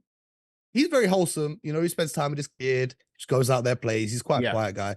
I like Ant-Man if you're talking about the US players, but really it's like Giannis. I think it's Giannis. Then maybe Wemby if he can deliver on expectations. Yeah. But you never know. Like nobody, LeBron is obviously the face of the league, right? But after LeBron, it's Steph Curry. But nobody for the first few years of Steph Curry's career could have ever predicted that Steph Curry would become who Steph Curry is. So there may be a player that none of us even thinking about that can elevate their game or get into the right situation to a different team that can elevate their game. Like it doesn't necessarily have to be number one pick coming out and it's got to be Zion Williams. It could just be someone else. So it's going to be interesting to see. But I don't see anyone who has like the mystique of a LeBron, Kobe, or Jordan. Nah, you know, I don't because see it. now we just have too much access into these players' lives. That's That's right. the other thing. This Ja Morant stuff, this Zion Williamson stuff. If this was 20 years ago, before the internet, that girl that's talking about Zion 101 times a day on her Twitter account, she would have nowhere to say this. What are you going to do? Go onto the road and just shout about it? Right. How are you going to tell people this? Yeah. There's no internet for you to tell people this. Ja Morant, the same thing. There's no camera phones back then. You're never going to get caught. So it's like the technology has made it to the point now where A, you have all these problems, but B, also you have too much of an insight almost into these guys' lives. Yeah. So it's like Michael Jordan was like a mystery. You read about him in the paper, you see him on the tape. Like internationally, you'd get a VHS of the Bulls like a week after the game, right? Whereas now it's just like everyone knows everyone's business. Everyone knows So I think everything, man. That's not exclusive to the NBA. I think that's music, that's football, NFL, whatever it is, everywhere. Yeah. Well, it's to create that brand, right? We talk about, you know, for the NBA, this is great for them because like, oh, look, you get to know more about our players. That means it's more of a, you know, a deeper connection between you and the league, right? Because why else, as Perk talked about, everyone goes out and buy the Ja ones, right? As they come out or whatever the name of the shoe is. And it's like, you see that and it's like, oh, well, I'm not just supporting that, right? Like when we talk about, I'm not just supporting the person, I'm supporting the brand as well. It's like when you go think about Michael Jordan, the mystique that goes to it, but the brand that he had was that he's a killer, he's a winner, everything. And so like when Nike got him, it was like, why are you going out to go get Jordans? You want to be just like Mike because you want to be that winner. You want to be that killer, right? And so I think when you have all the social media stuff and you're creating your own personal brand right now, you know, it's more than that. So I think for the league, they like that. Who's going to give you that mystique that we're all talking about? Right, it's probably Jokic. But we're talking about any player, but it's also Jokic won't be the face of the league, bro. Jokic will never. I'm just saying, if you want that mystique, though, if you want the mystique, if you want, but it's not a mystique. It's not a mystique. He plays video games and ride horses. Like we know what he's doing. He just doesn't do anything. Do we know everything though? Do we know? But my thing is this, right? My thing is this: is a symptom of a bigger problem, which is like another discussion. We go for 2 hours, so we'll get into it. But yeah, the NBA has done such a good job in marketing their players that now fans root for players instead of teams. Yeah. Especially this younger generation. That's Gen Z. When we were growing up, you rooted for your team, right? You support the Knicks. You root for whatever player is on the Knicks. If they leave, you hate them and you like the new guy. Yeah. Now, fans will support. I know people, even my friends. They've got Cleveland LeBron jerseys. They've got Miami LeBron jerseys. They've got Lakers LeBron jerseys. I've got friends who've got Houston James Harden jerseys. They've got Brooklyn James Harden jerseys. They've got Philly James Harden. They support the player. There's nothing wrong with that, right? But that is also part of the culture of now you see that trickling down to people support like the Ja Morants or whatever. Instead of just supporting the team, they support the players. Support the players, man. I'm with you. I think Ant-Man has a chance. You know, 21, 22 years old. Once he requests his trade from out of Minnesota, that's a straight up loserville. You got to get out of there like KG, man. You elevate your brand. You got to get out of there. So once he figures that out and blows up the bridge in a couple of years, you see A-Rod is playing it right. You know, he's trying to court him. He's taking him to Miami. He's trying to show him the games. Who knows what they did afterwards. A-Rod's trying to cultivate that relationship early so that Ant-Man, once he blows up and becomes probably top 3 in the league, you know, he's not ready to get out of there. But I think Ant-Man has a chance. Tatum is close. Last year, if he would have captured that chip, I thought he would have gotten a lot closer. He's right there on the cusp. You know, clean image. Even this year, if you don't twist his ankle and they win Game 7. There you go. And I thought Boston would have been a little bit better matchup than the Heat against Nuggets. Not saying it would have won. That 51 against Philly, that's superstar performance. There you go. Like, it's all well and good being a superstar. Like, everyone expects Zion to be the face of the league. He's played and he's been dominant when he's played, but he's not had games like that. Yeah. He's not had playoff runs like that. So it's like, but he's already got his 250 million. I ain't mad at him. I'm happy for him.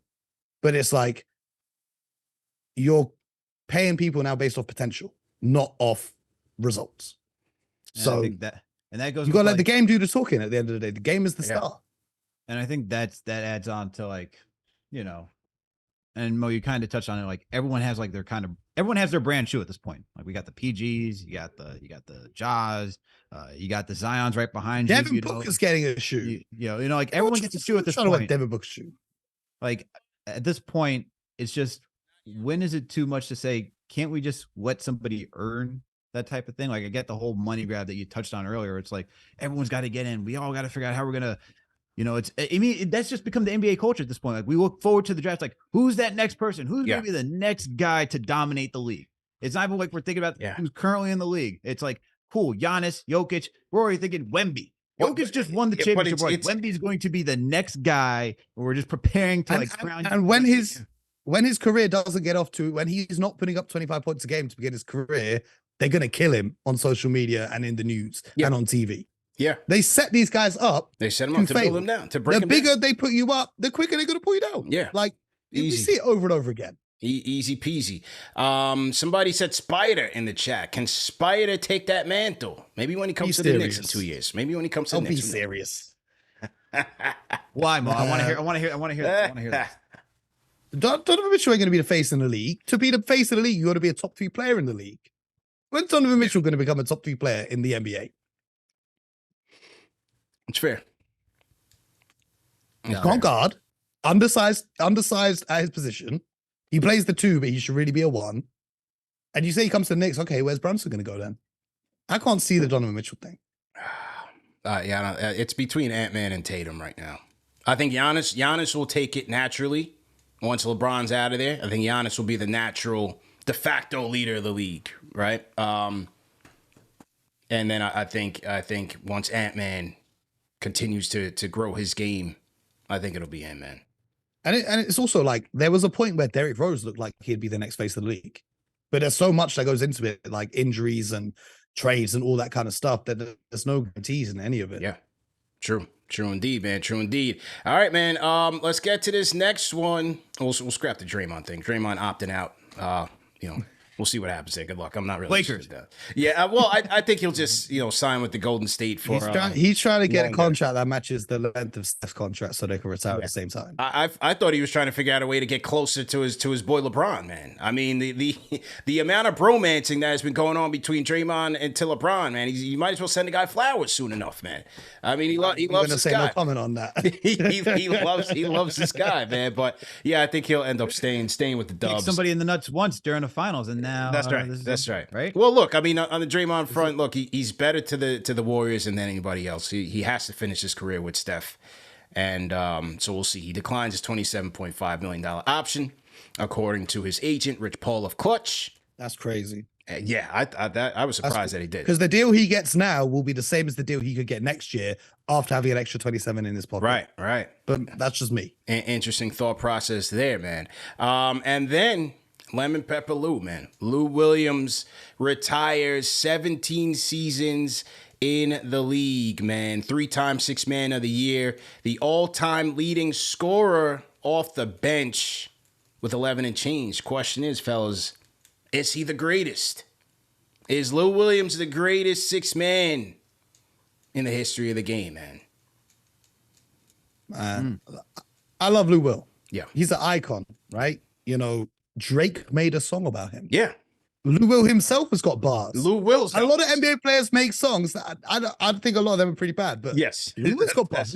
That's correct. He's got 2 girls with him at the game watching him legendary together. Legendary. The underground GOAT, right? Yeah. But for me, that's Jamal Crawford. That's the GOAT sixth man for me. I mean, I got to show love to Jay Cross. Okay, Jay Crossover getting that love, man. Al, what do you think, man? Damn, Mo, you took my guy. that I gotta go. Man, I do like Jamal Crawford. I mean, or do you consider Manu Ginobili? I mean, this guy was talk about championships, talk about being a versatile guy off the bench, clutch. I love Manu too. Well. I love Manu too. But Jamal and Lou both went around the league and did it at different destinations. Right.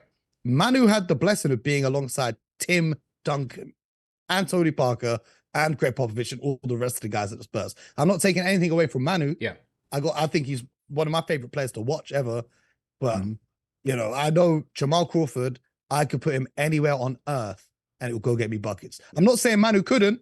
I'm just saying Jamal's shown that he can. Yeah, I just think from a talent perspective, I'm putting Lou and Jay Crossover over Ginobili. As a winner, From a talent perspective, as a winner, as a guy who can overall elevate a team, right? Like it's even though Crawford and Lou Will got buckets, were they able to make their teams better? And that's left to be seen. You know, Ginobili definitely did that. CP's going I'll tell back you this in time to when he used to watch the NBA to Kevin McHale. I'll tell you this on Ginobili. I'll tell you how good I think Ginobili is. You see, when James Harden was the sixth man in OKC, and then he went to Houston and became the guy. Ginobili could have done that. If Ginobili left the Spurs as a young player and went and had his own team built around him, he could be in a whole different conversation. But he accepted that role and stayed with the Spurs. Ginobili can give anyone buckets, the creativity, one of the first guys to really bring that Euro step to prominence as well. That you see every player bringing out their bag now. That's a fact. Like, I think they're all great. I think what it comes down to is personal preference of like who you enjoy watching the most. Like, I was out trying to play like Jamal Crawford. That's so for me, it doesn't matter. Like, we could talk about John Havlicek, we could talk about Kevin McHale, we could talk about all these legendary players. It's just personal opinion. And I think Jamal Crawford, when I see that shake and bake for the first time in my life, I've never seen nothing like it before. In a game. That shake and bake. And this was when YouTube and the internet first came around, ever. So it's dial-up internet, and it takes about 10 minutes to buffer the 7-second highlight. I watch it. I wait another 10 minutes to watch it again. I watch another 10 minutes to watch it again. And then I'm outside trying to copy it, trying to remember the blurry pixels I just saw doing a shake and bake. JC did that about 2 or 3 times in a game. He did it to Darren Williams at the Garden. He did it to Kirk Heinrich in Chicago. And I think he did it another time. And how about the times when he threw it off the backboard? In a game. In a game. It's hard, man. I don't know who I could put over each other in terms of Lou Will and Crawford. I mean, their games were almost identical. Big shot shooters, man. Lou Will is a bucket. Don't get me wrong. Crawford is a hooper. That is a straight up hooper. Like, that man goes out there. You can put him anywhere, any court, doesn't matter. Blacktop. I gotta put Lou Will right there, man. Lou Will played with AI, man. He played with AI. That's how long he was giving the buckets. Yo, the second relying scoring option on the Jamal played like 20 years. Yeah, he's right. That's what. But my point is, that's why I can't elevate one or the over the other. They were both that great. They were the 1 and 2 leading scorers off the bench. I can't put one over the other, man. I really can't. Respect to them both. Or is it J.R. Smith? Oh, shout out to Earl. That's my guy as well. But JC's my guy. My God, JC was just on the show last week, man. Yeah. You know, JC was just on the show last week. That's tough. I mean, Lou Will have the biggest brand, like Mo said. You know, name me a bench player who you got wings named after you. You had 2 girlfriends showing up at the game. You got Meek Mill. You got a whole entourage. I mean, Lou Will owned Atlanta. I mean, this is one of the last one of the last players to come out of high school. Yeah, the last players to come out of high school, man. This is also the same guy who's like, I have to leave the bubble real quick. It goes to a strip club. I was gonna say it with the Magic City. I mean, Lou Will is a legend.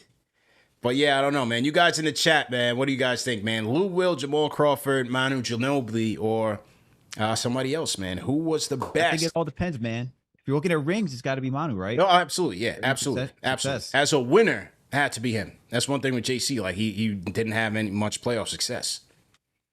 You know, didn't have much playoff success. I really wish that he did. Yeah. It's all about situations. It's all about situations. Yeah. True indeed. JJ in the chat says Jason Terry. How about Jet Terry? That's a sleeper. That's a sleeper. When you talk about winning or making winning plays, he might not have the points. He could get buckets back in early his career. I mean, Arizona Jet Terry, early Hawks days, Mavs days, Jet Terry should get it. Won the chip 2011. That's right. Yep. That's right. So, you know, I think it's different, right? Like you said, situation definitely matters, man. But yeah, interesting debate indeed, fellas, man. But man, this was a great show. This was an absolutely fantastic show. We covered it all, man. The Beal trade, Dame to Miami. The International has the world taking over the NBA, man. Great topics, and wrapped it up with Lou Will. Is he the best sixth man of all time? Absolutely great show, man. Mo, great job. Al, great job. Appreciate you guys having me on. Yeah, This was absolutely, fun. man. For you guys in the chat, Al and I will be back on tonight. Doubleheader, man. Knicks Weekly. We'll touch on the Julius Randle interview. We'll touch on some of our top free agent pickups that the Knicks should be looking at in this offseason. And we'll get to it, man. And I'm hearing some Karl Anthony Towns to New York rumors, man.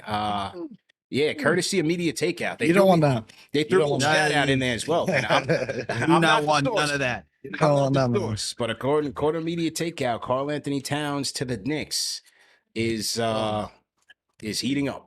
So The guy who's been to Yankee Stadium once, Yeah. who then claims love for the Yankees. Man. yeah, they're claiming that he and Jordan Woods are apartment hunting right now, and they are under a sense of urgency. Take that for what you will. They did throw me a shout out in the article. I wasn't the source of the news, but they did shout out Knicks Fan TV in there. So yeah. We'll see how it plays out, man. Mo, let the people know where they can find you, man. What are you working on, man? Let them know, man. Man, you guys can check me out. I host my podcast alongside three-time NBA champion BJ Armstrong, Monday to Friday every week. It's called the Hoop Genius Podcast, YouTube, Spotify, Apple. You can check that out over there. I got a newsletter as well where I send out daily. Maybe sometimes I miss a day if I'm out partying, but almost daily. Man, I should get a rookie contract in the NBA the way I'm going. But almost daily articles on my newsletter. You can sign up to that. Follow me on Twitter at the Hoop Genius, Instagram at Hoop Genius, and all over the internet. Hoop Genius is where you'll find me. Check out the podcast though. Me and BJ. I know you guys are mostly Knicks fans in the chats right now, and BJ was on the Bulls, but it's all love. Don't get it twisted. It's all love every time.